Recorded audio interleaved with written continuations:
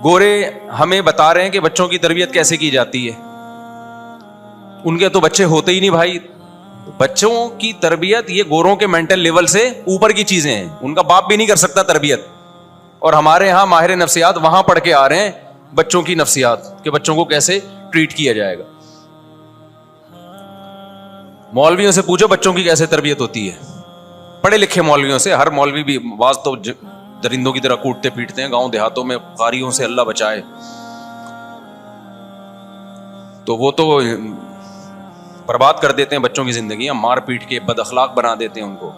قاری بھی, اور گاؤں دیہاتوں میں اسکولوں میں بھی ایسا ہوتا ہے. سارے قاری نہیں, یعنی جو ایسا کرتے ہیں ان قاریوں کی بات کر رہا ہوں, کیونکہ ہم نے بہت سے قاری دیکھے ہیں جنگلیوں کی طرح بچوں کو کوٹتے ہیں, درندوں کی طرح مارتے ہیں, بچوں کے اخلاق بگاڑتے ہیں. خود بھی کوٹے پیٹے ہوتے ہیں نا, تو بدتمیز بن چکے ہوتے ہیں. تو ان قاریوں سے نہیں پوچھیں آپ, وہ تو اپنی بیچارے کی تربیت نہیں ہوئی ہے. نہ ان ٹیچروں سے پوچھیں, ان کی اپنی تربیت نہیں ہوئی ہے. تو بچوں کی تربیت کیسے کی جائے یہ گوروں کے مینٹل لیول سے اوپر, ان کو نہیں پتا بھائی. تو وہ خود کیوں پی رہے ہیں شراب؟ ابا نے تربیت کی ہوتی تو شراب پیتا. ان کے ہاں یہ تربیت میں داخل ہی نہیں ہے شراب کباب.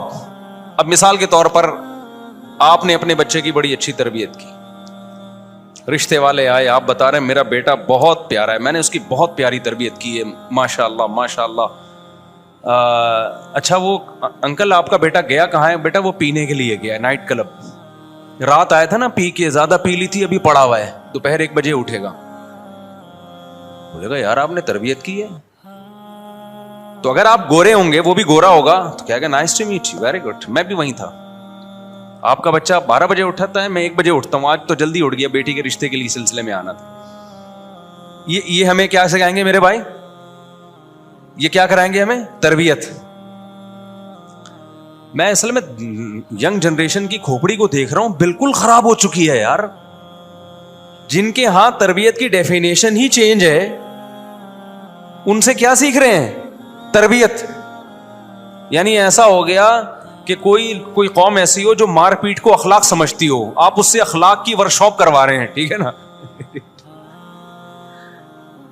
تو ایسے ہی کوئی قوم شراب, کباب, زنا, ہومو سیکشولیٹی, لڑکوں سے الگ بدفعلی, لڑکیاں لڑکیوں سے لگی ہوئی ہوں, ایک پوری زندگی میں 20 گرل فرینڈیں بنا کے 50 سال کی عمر میں شادی کر رہے ہیں, بوڑھے ماں باپ کو اولڈ ہاؤس میں جمع کرا رہے ہیں. ہم ان سے کیا سیکھ رہے ہیں؟ تربیت.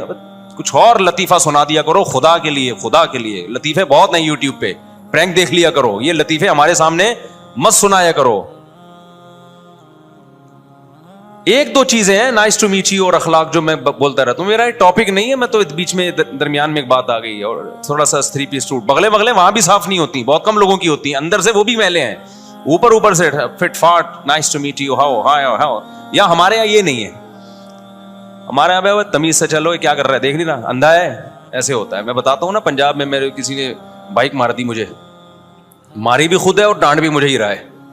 یہ گوروں کے یہاں نہیں ملے گا. وہ کیا کہ سوری, اول تو بائک مارے گا نہیں, وہ ہمارے یہاں مارے گا بائک, اور پھر مجھے ہی کہہ رہا ہے اندھا ہے. پرانا واقعہ, اس وقت میں مشہور نہیں تھا, سڑک پہ جا رہا ہوں, پیچھے سے کسی نے بائک ماری مجھے, حالانکہ کنارے پر تھا, اور پیچھے اس کے خواتین بھی بیٹھی ہوئی ہیں بائک پہ اس کے ساتھ. تو خواتین کی وجہ سے آدمی اور تھوڑا خیال کر لیتا ہے, یار ایسے بائک ماری ہے. تو میں نے جب پیچھے مڑ کے دیکھا, انا ہے, ویگدا نہیں ہے, ہاں اگوں جا رہا ہے, پچھوں ویگدا ہی نہیں ہے. یہ لفظ مجھے وہاں سے یاد ہوا, اگوں جا رہا ہے, پچھوں ویکھدا ہی نہیں ہے. اردو میں تو آدمی لڑ بھی نہیں سکتا صحیح طریقے سے.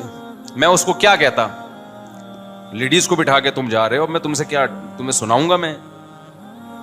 اگوں اندھا ہے, اگوں ویکھدا ہے, پچھوں ویکھدا ہی نہیں ہے. مجھے یہ لفظ پنجابی کا وہاں سے یاد ہوا, میں نے رٹا لگایا, میں نے کہ اگوں ویکھدا ہے, پچھوں ویکھدا ہی نہیں ہے. میں نے رٹا لگا کے یاد کر لیا. لیکن میں کہتا ہوں جس نے مجھے ٹکر ماری تھی نا, وہ پھر بھی گوروں سے اخلاق میں اچھا تھا. جو 4 چیزیں ہیں, تمیز یہ تو اسکولوں میں سیکھ ہی نہیں رہے, تو گھر میں ہے. لیکن میرے بھائی وہ پھر بھی بہت ہے. وہ شراب نہیں پیتا, وہ کہیں اپنی بہن بیٹی کو لے جا رہا ہوگا کالج اسکول چھوڑنے جا رہا ہے, گورا لے کے جاتا ہے بھائی, اپنی بچی کو اسکول چھوڑنے جا رہا ہو اس بچی کے مستقبل کی خاطر. وہ کوئی اپنی بہن بیٹی ہوگی یا بیوی ہوگی, اس کو کہیں برگر کھلانے لے جا رہا ہوگا. جوان آدمی, انگریز بھی برگر کھلاتا ہے اپنی بیوی کو, 55 سال کی عمر میں. 40 45 30 سال میں وہ بیوی کی ٹینشن نہیں پالتا, اس کو پتا ہے یہ ٹینشن ہے. اور گرل فرینڈ پالتا ہے, اس کو بھی اپنے خرچے پہ برگر نہیں کھلاتا. گرل فرینڈ بھی اپنا برگر اپنے خرچے پہ کھائے گی.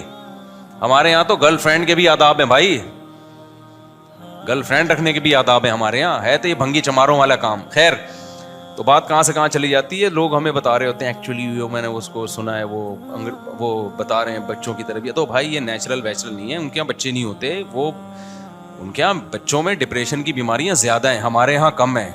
اس لیے کہ ہمارے یہاں بچے زیادہ ہوتے ہیں, ڈپریشن دیتے رہتے ہیں. وہ بڑا بھائی چھوٹے بھائی پہ اپنی ٹرک نکال لے گا, چھوٹا آگے پارسل کر دے گا, سب سے والا چھوٹا ابا اماں کو ٹینشن دے گا. جب شوہر کے پاس ٹینشن آئے گی وہ بیوی کو پارسل کرے گا, بیوی کہیں اور پارسل کر دے گی. دوبارہ سائیکل ہے, وہ پھر نیچے والے کو اتنے میں ہوتے ہوتے 2-4 منٹ کے بعد یہ سائیکل رک جاتی ہے. گوروں کے پاس کوئی ریلیشن ہی نہیں ہے, ریلیشن ہی نہیں ہے.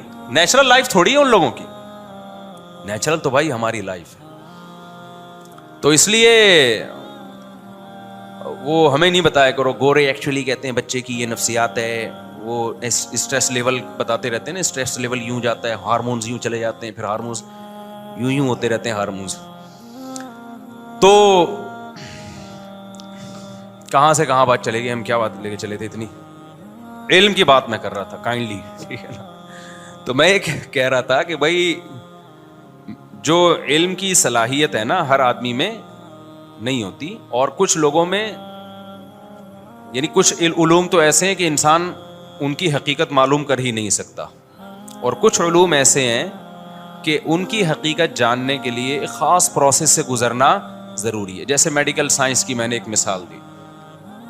ڈاکٹر تبھی تو کہتا ہے نا جب مریض زیادہ ڈاکٹر سے سوالات پوچھے, ڈاکٹر کہتا ہے بھائی جو میں نے میڈیسن لکھ کے دی ہے نا اس کو آرام سے کھا لو.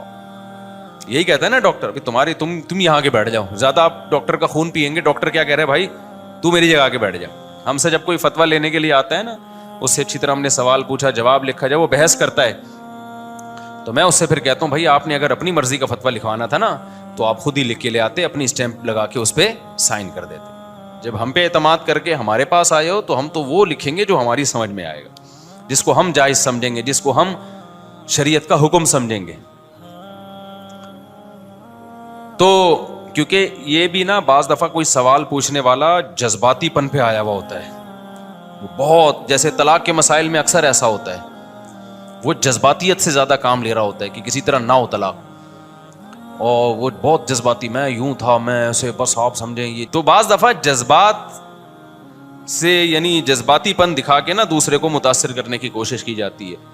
تو ڈاکٹر ہے یا مفتی ہے یا کوئی بھی آپ کی کاؤنسلنگ کر رہا ہے یا کوئی بھی ثالثی کا کردار ادا کر رہا ہے جھگڑے نمٹانے کے لیے, اس کی سب سے پہلی صفت یہ ہونی چاہیے کہ وہ کسی کے جذبات سے متاثر نہ ہو.